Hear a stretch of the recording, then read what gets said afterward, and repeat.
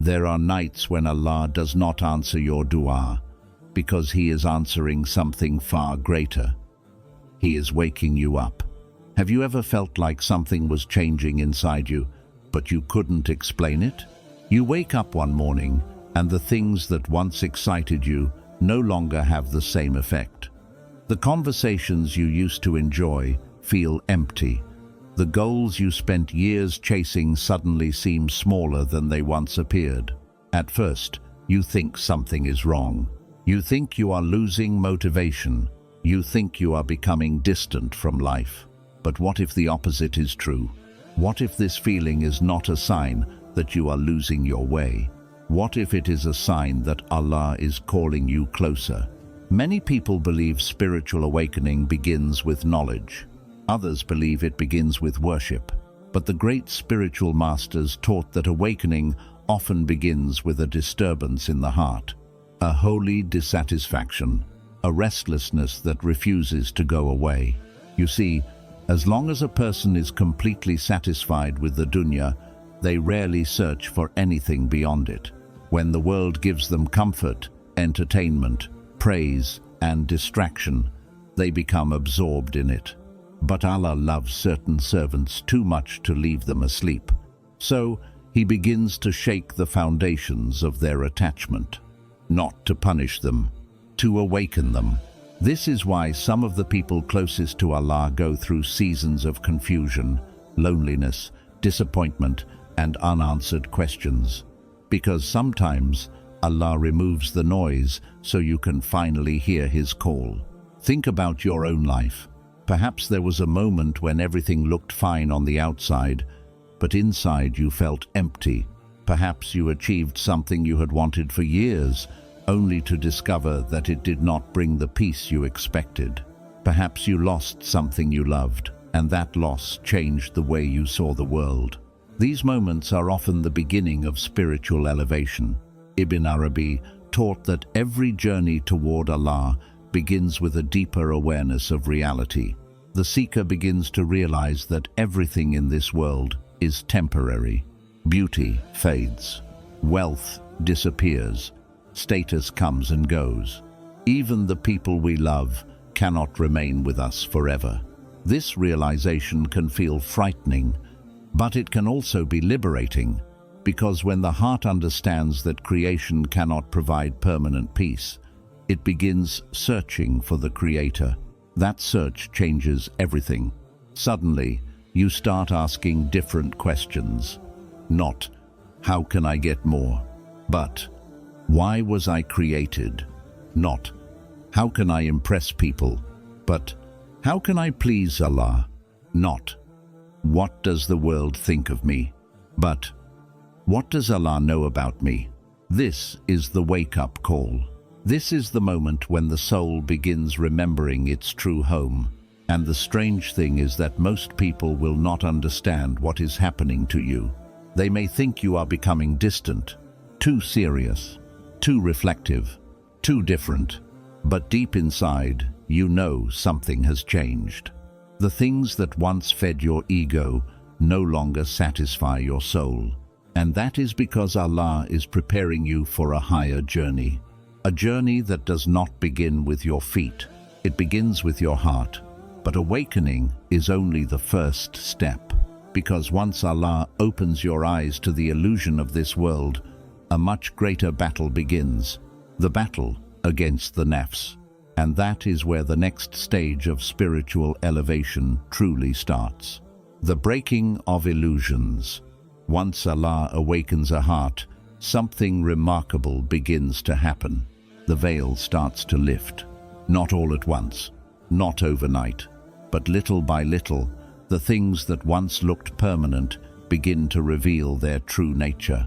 Before spiritual awakening, most people live as if this world will last forever. They make plans as though death belongs only to others. They chase status as though it can protect them. They seek approval from people as though people's opinions determine their worth. But after the divine wake-up call, the seeker begins seeing things differently.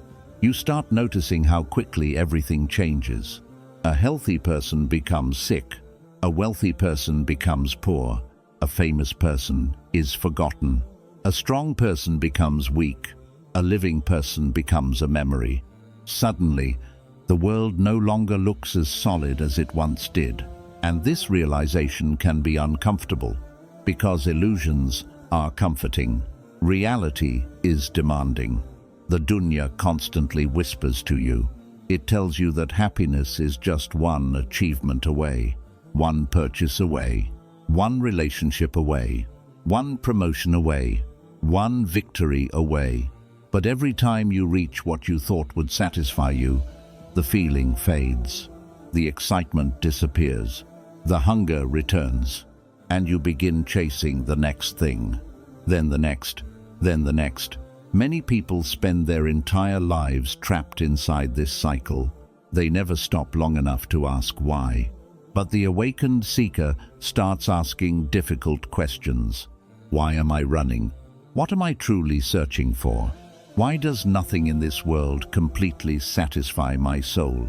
The answer is simple: because your soul was not created for this world. It was created for Allah. Nothing temporary can satisfy a soul that was created to know the eternal. This is one of the greatest truths taught by the people of spiritual wisdom.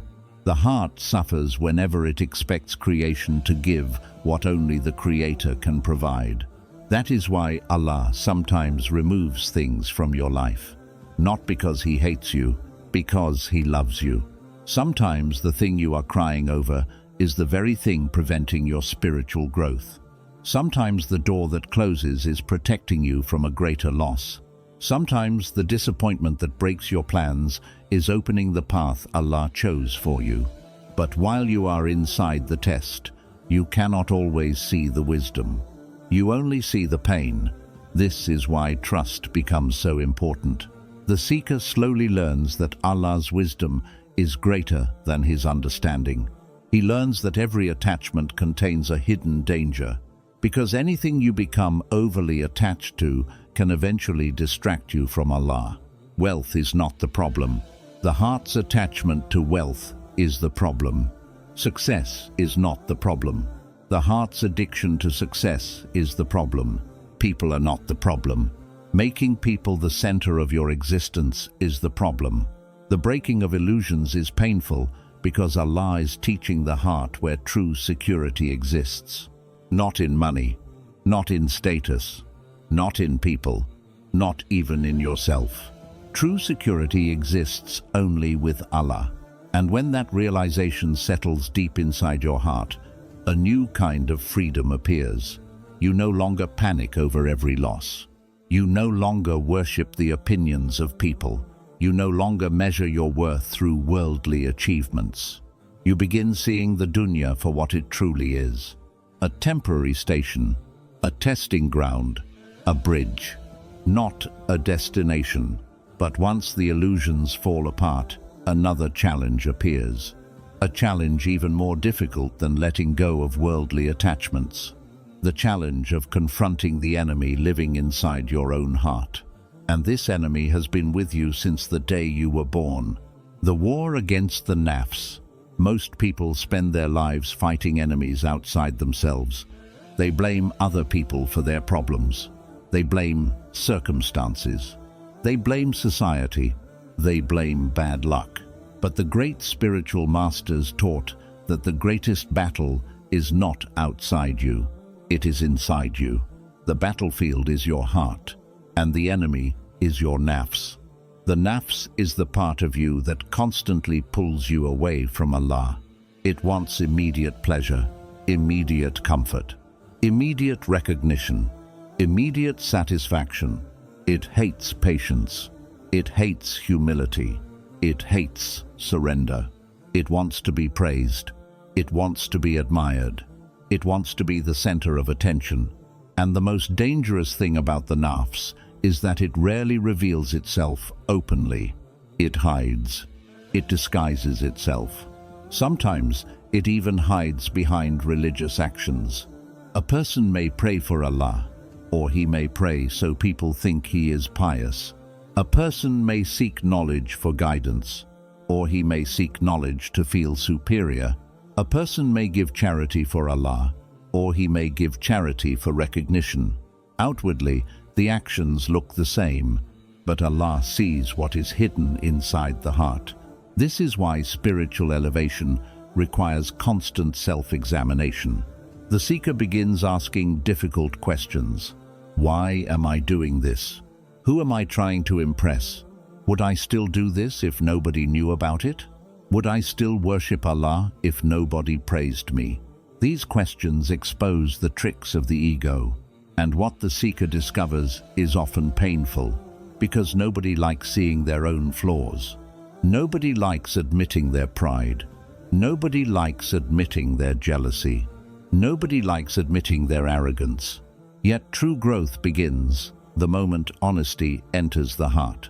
The nafs survives through self-deception, but it weakens through self-awareness. This battle does not happen once. It happens every day. Every prayer, every conversation, every decision, every temptation, every success, every hardship. The war against the nafs is lifelong. There will be days when you feel victorious, days when worship feels easy, days when your heart feels alive. But there will also be days when the nafs fights back, days when laziness returns, days when pride returns, days when old sins call you back. Do not be discouraged.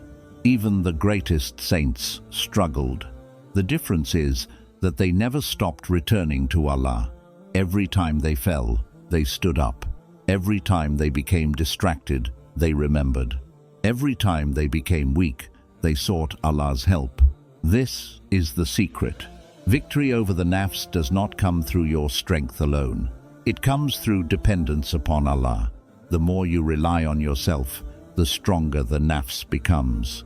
The more you rely on Allah, the weaker the nafs becomes. Gradually, something beautiful begins to happen.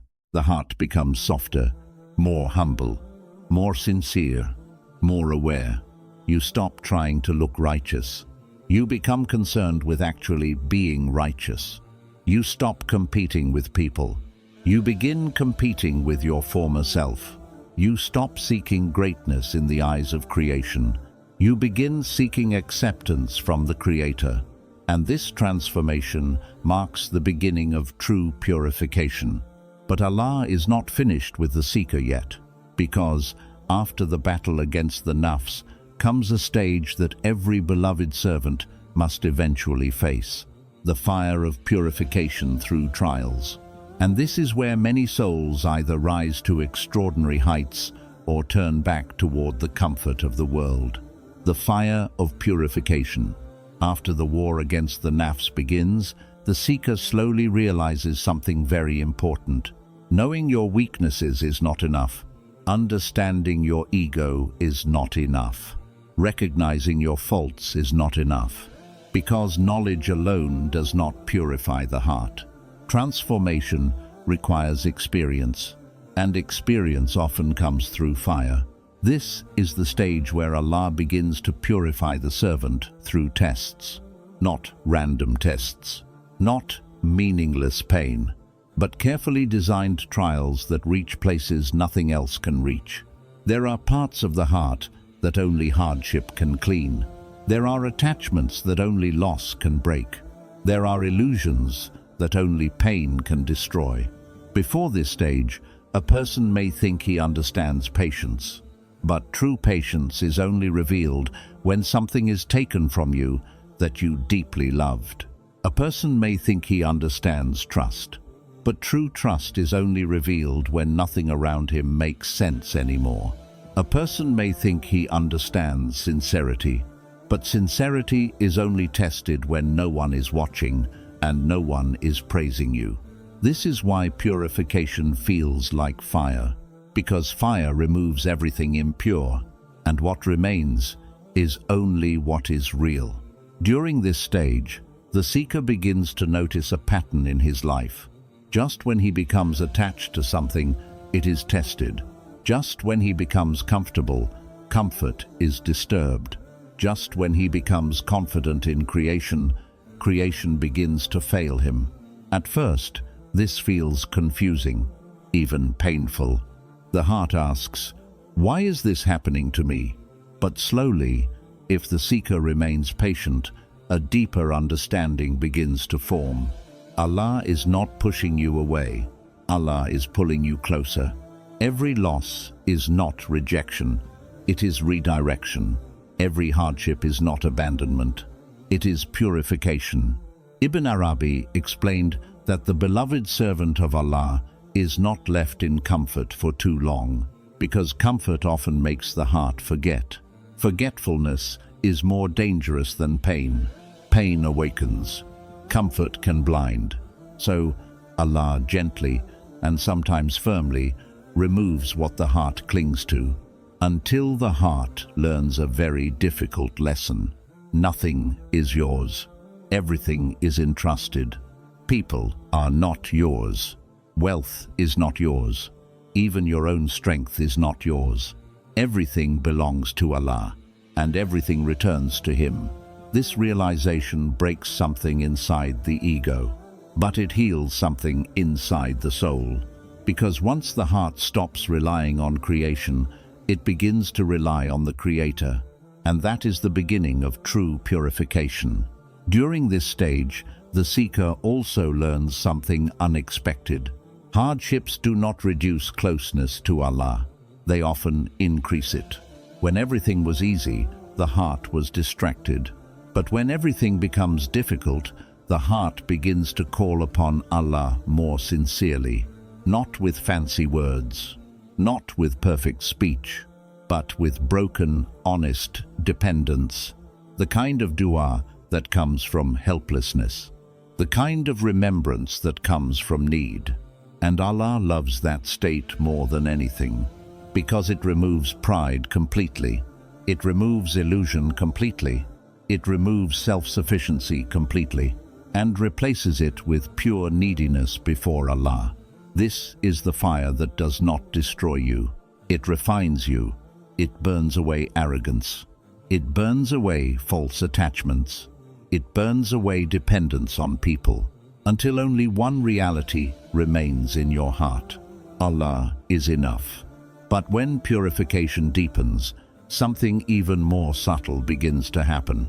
The heart starts learning how to let go completely, not just of things, but of control itself. And this is where the next stage begins. The stage of absolute surrender, the station of complete surrender.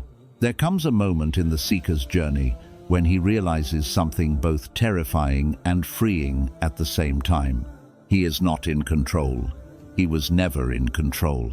He only thought he was. Plans collapse. Expectations break. Paths change suddenly. People come and go without warning. Life moves in directions the mind never predicted. And at first, the ego resists this reality. It fights it. It tries harder to control outcomes. It overthinks. It worries. It panics. It plans endlessly, because the nafs believes safety comes from control.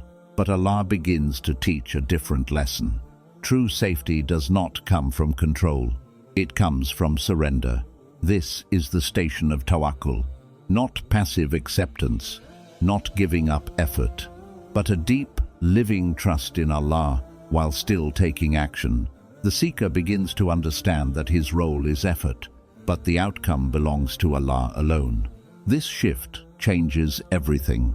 You still work, you still strive, you still plan, but your heart is no longer attached to results, because you understand that results were never in your hands. Only Allah decides what happens next, and that realization brings a strange peace. Not because life becomes easy, but because anxiety begins to lose its grip. When you stop believing that everything depends on you, the weight inside your heart becomes lighter. You stop carrying what was never yours to carry. During this stage, the seeker also learns how to walk through uncertainty without panic. You do not need to see the entire path. You only need to take the next step, because guidance is not always shown all at once. Sometimes Allah reveals the path step by step, only after obedience, only after trust, only after surrender. And this is where many people struggle, because they want clarity before movement. But Allah often gives clarity after movement. The heart learns to say, I do what I can and I leave what I cannot to Allah. Slowly, trust replaces fear. Surrender replaces resistance. Peace replaces anxiety, not because problems disappear, but because the heart changes its relationship with problems. You begin to see that what you lose was never truly yours, and what is meant for you will never miss you. This does not make you careless. It makes you calm. It does not make you passive.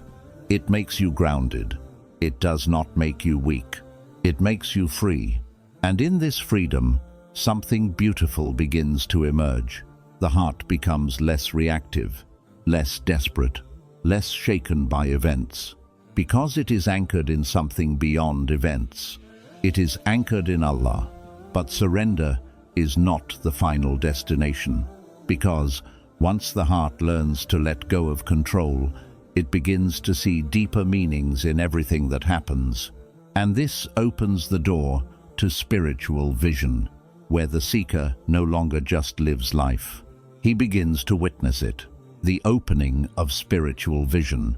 After surrender settles into the heart, something subtle begins to change in the way you experience life.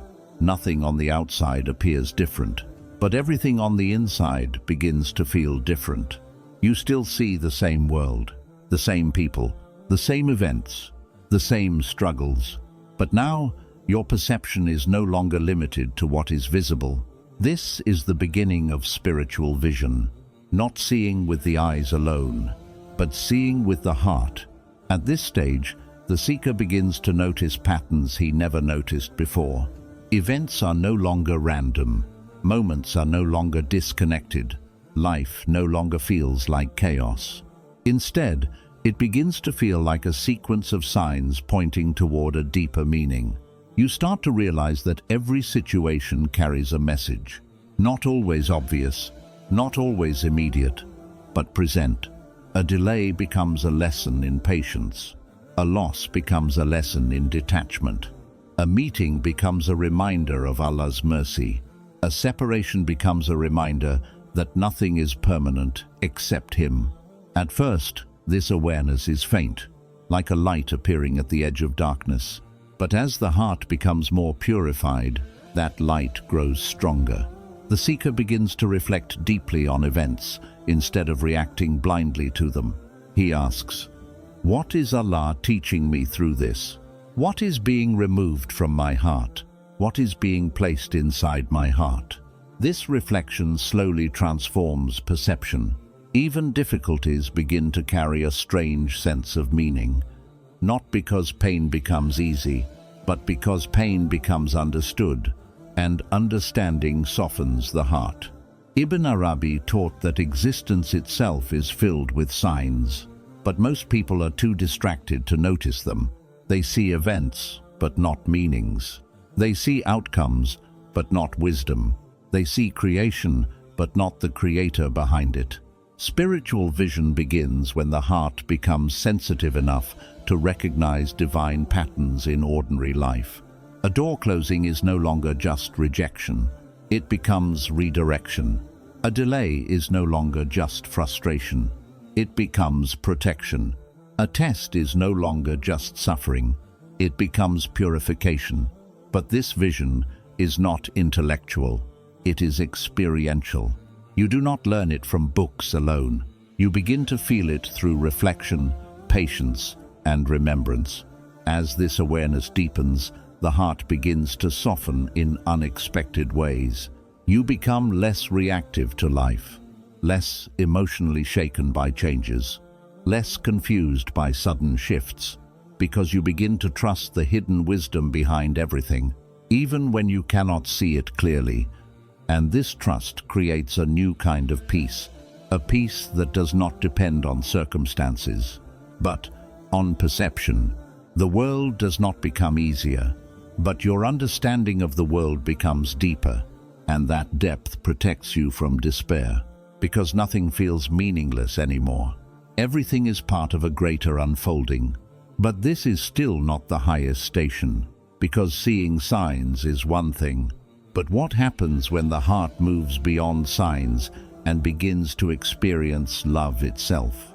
This is where the journey enters a deeper reality, the station of divine love. The station of divine love. There is a point in the spiritual journey where knowledge is no longer enough. Understanding is no longer enough. Even spiritual insight is no longer enough, because the heart begins to desire something deeper, not information about Allah, but closeness to Allah. This is where love begins to dominate the journey. Not emotional love, not temporary feelings, but a deep, overwhelming attraction of the heart toward its creator. At this stage, Allah becomes more beloved to the seeker than anything else in existence, not through force, not through obligation, but through realization. The heart begins to understand that everything it once ran toward was only a reflection of a deeper longing for Allah. People were loved because of the love placed in them by Allah. Beauty was admired because it reflected His beauty. Mercy was appreciated because it was a drop from His ocean of mercy. Everything in creation becomes a reminder of Him, and slowly, attachment to creation weakens. Not because the world becomes ugly, but because Allah becomes more beautiful in the heart's awareness. This is the turning point. The seeker no longer seeks Allah only for relief from problems. He seeks Allah because nothing else feels complete without Him. Worship begins to change in this stage. It is no longer routine. It is no longer mechanical. It becomes intimate. When the seeker prays, it feels like standing before someone he loves deeply. When he makes dhikr, it feels like remembering someone who is always near. When he reads the Quran, it feels like receiving personal guidance. The relationship becomes alive, present, real. But divine love also brings something very important: humility. Because the closer the heart comes to Allah, the more it realizes how far it still is. Love does not create arrogance, it removes it. The lover of Allah becomes more aware of his own weakness, more aware of his dependence, more aware of his need for mercy, and this awareness increases sincerity. The heart stops pretending, stops performing, stops trying to impress creation, because it becomes focused on pleasing the one it loves. Even trials begin to feel different in this stage, not because they disappear, but because they are seen through love. Separation becomes a reminder, difficulty becomes a conversation, silence becomes a test of longing, and nearness becomes the greatest gift. At this point, the seeker is no longer walking toward Allah only through effort. He is being pulled toward Him through love, and this pull becomes stronger than everything else in existence. But even love is not the final unveiling, because when love matures, it leads the heart into a deeper awareness, a state where the seeker no longer just loves Allah. He begins to feel His presence in every moment. And that is where the final station begins, the reality of divine presence. There is a point in the journey where words begin to feel too small, not because the truth is gone, but because it has become too close to be described in ordinary language. This is the station of divine presence, not a place you reach with the body, but a state the heart awakens into. At this stage, the seeker no longer experiences life as something separate from Allah. Instead, everything becomes a reminder of His nearness, not in a physical sense, but in awareness. You are no longer living as someone who believes in Allah from a distance. You begin to live as someone who is conscious of Him in every moment. This does not mean perfection. It does not mean the absence of struggle. It does not mean the disappearance of human weakness. It means that even in weakness, the heart does not disconnect. Even in struggle, the heart does not forget. Even in confusion, the heart does not abandon awareness of Allah. This is what the people of realization referred to as presence of heart.